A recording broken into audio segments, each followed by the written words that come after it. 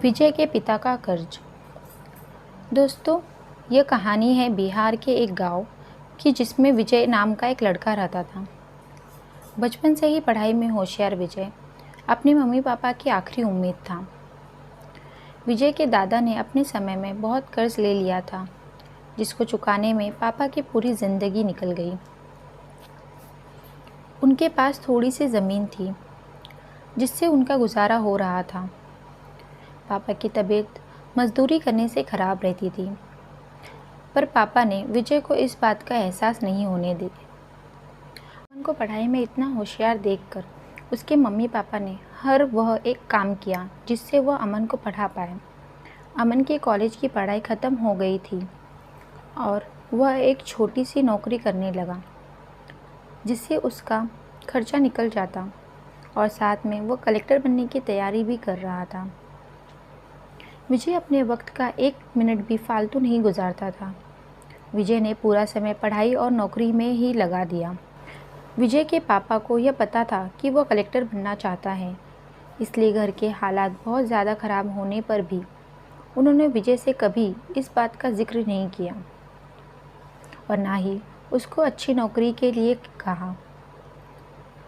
लगातार 2 साल विजय पास नहीं हो पाया। उसके बाद भी उसके पिता ने अपना घर और ज़मीन गिरवी रखकर विजय को आईएएस की कोचिंग ज्वाइन करवाई और उसकी नौकरी भी छुड़वा दी और केवल पढ़ाई करने को कहा।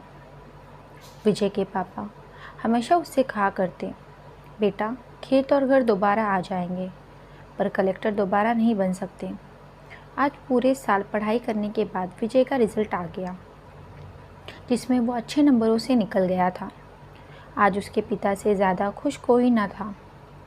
ऐसा लग रहा था जैसे विजय का सपना पूरा होने वाला है, पर भगवान को कुछ और ही मंजूर था। विजय का कल इंटरव्यू था और सुबह से उसके पापा की तबीयत खराब थी। विजय के पापा उसकी माँ से बार बार कह रहे थे कि विजय को मत बताना उस दिन देर रात उनकी मौत हो गई। अब एक माँ जिसकी गोद में उसका पति गुजर गया हो और वह अपने दर्द को भुलाकर अपने बेटे की ज़िंदगी के बारे में सोच रही थी। माँ ने पड़ोसियों तक को इस बात का एहसास नहीं होने दिया कि उसका पति अब नहीं रहा। पूरी रात ऐसे रोई कि आवाज़ भी न निकले और सुबह जब विजय इंटरव्यू देने जाने लगा तब माँ और पापा के आशीर्वाद के लिए उसने माँ को कॉल किया। माँ ने पूरी हिम्मत लगा दी अपना सच छुपाने के लिए और विजय को आशीर्वाद दिया।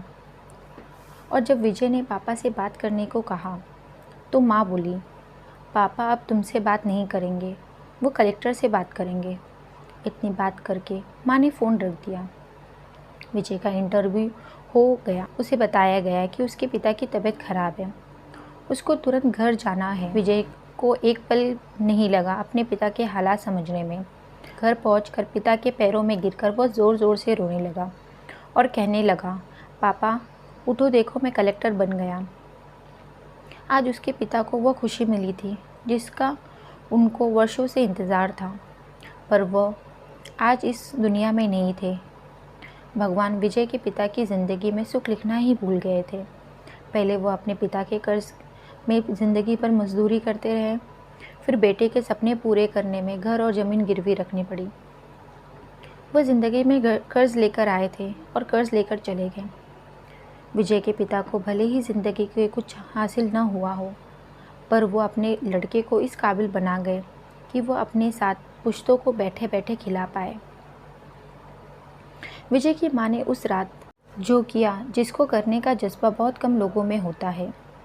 जब विजय कलेक्टर बनकर घर आया तब माँ ने विजय से कहा, बेटा, तुम आज इतने बड़े बन गए हो कि हज़ारों गरीबों का भला कर सकते हो। जब भी तुम्हारे सामने कोई गरीब मदद मांगने आए तो अपने पिता और मेरे बारे में सोचना। मैं तुम्हारे बराबर पढ़ी लिखी और समझदार तो नहीं हूँ, पर इतना ज़रूर जानती हूँ, गरीब आदमी की मजबूरी होती है। तुम कभी किसी का बुरा मत करना। इस कहानी से हमें यह शिक्षा मिलती है कि वक्त कितना भी ख़राब हो, हम उसे बदल ज़रूर सकते हैं। माँ बाप के एहसानों को हम कभी नहीं उतार सकते, पर हम अपने कर्मों से उनकी इच्छाएं ज़रूर पूरी कर सकते हैं। विजय के पिता का जीवन लग गया विजय को कलेक्टर बनाने में। जब भी कोई किसी पोस्ट पर या जीवन में बहुत ऊपर किसी पद पर पहुंच जाता है, तब उसमें बहुत सारे लोगों की मेहनत और त्याग लगता है।